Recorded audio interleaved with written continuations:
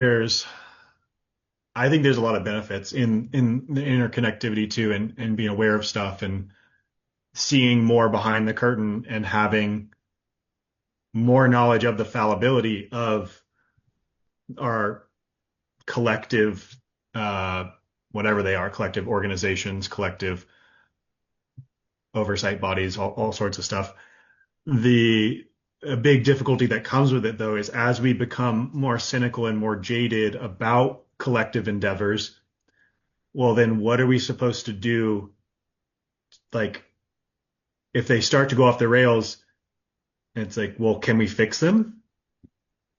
Because if everything we do is fallible, like, how do we fix something that's broken? Like, do we, is there room for any faith in ourselves to actually, even though we're kind of going to screw everything up, is there any faith in ourselves to somehow in that balance of mess up and correction to maintain some sort of beneficent middle ground? And that's a really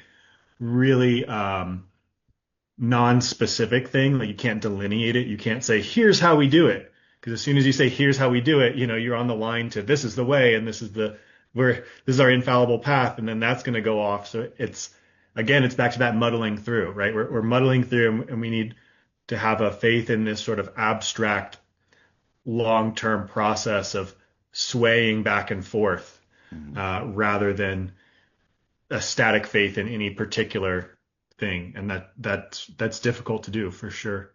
Um, If I can add to that, I think that we're in a societal shadow work right now where Ooh. we are affirming to ourselves or realizing that Santa Claus isn't real. The big government isn't benevolent. It's not hunky dory. Everything's not gravy. It's like, and that doesn't necessarily mean that. I mean, I think in this situation, it's quite atrocious, but outside of it, it's not the worst thing in the world to understand and appreciate a fallible nature, right? Like when we picture Kim Kardashian, or let's say a royal, and we've talked about this, right? We don't imagine them having bubble guts, right? We don't imagine them in an infallible or in a fallible nature, doing fallible things, being human. Ugh, disgusting human, right?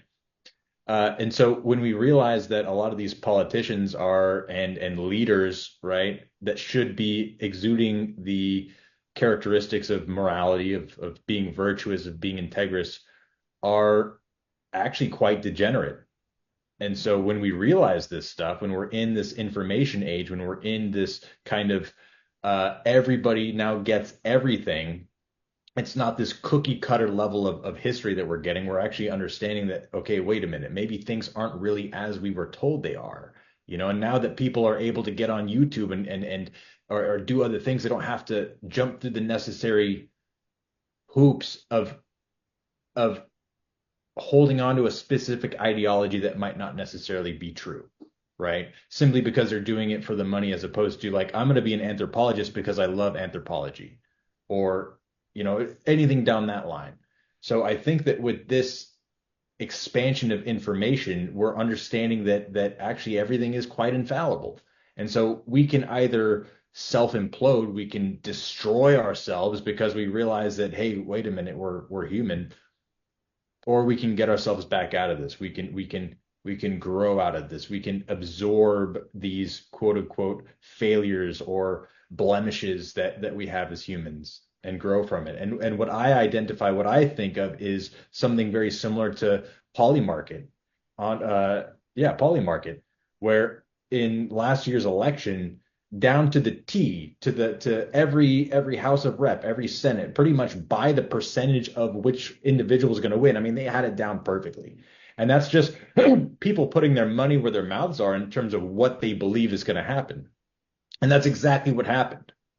And so, I mean, why, if let's say there's a leader that isn't doing well, that is incredibly fallible, why isn't there a streamlined way to get the right people in, like Poly Market, where it's so it's so open. You can just get your opinion heard. You don't have to wait 2, 3, 4 years to get a change done, and then it's never really what we want anyway, right? I mean, this party system, politics, I mean, it's pretty much all the same hand.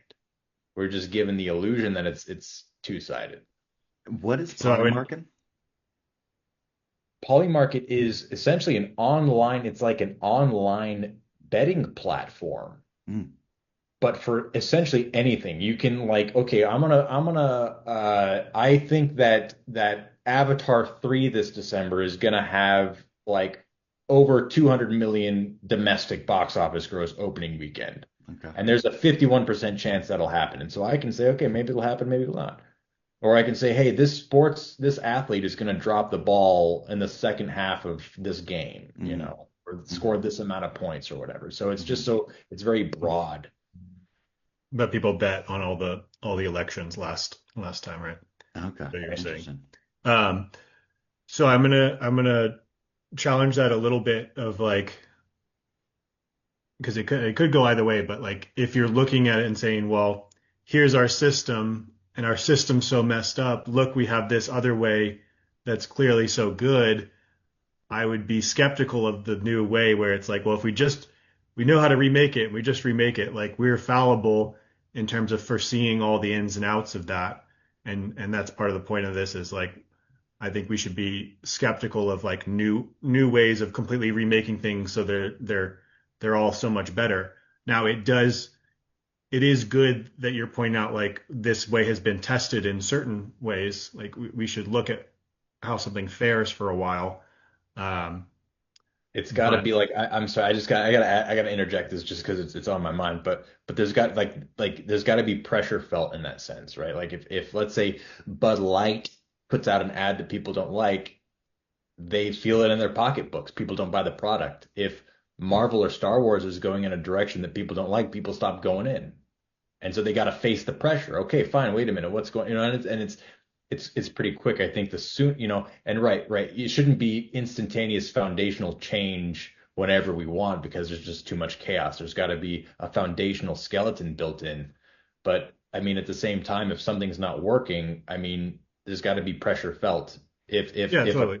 company Yeah. puts out a product that isn't good and it doesn't sell, so if we elect somebody on the premise of them doing a good job and they just delete, any politician, and they just sit on their hands for 4 years, as opposed to, I don't Yeah. know. Yeah. No, absolutely. I totally agree that you need to incorporate you need to have that feedback that's part of growth, right? And ignoring that feedback is part of the infallibility of insulating yourself and trying to just remain as you are and get your way as long as you can. I totally agree with that. Um, I was more saying on the side of like, well, just the impulse of like, well, I see things that are bad.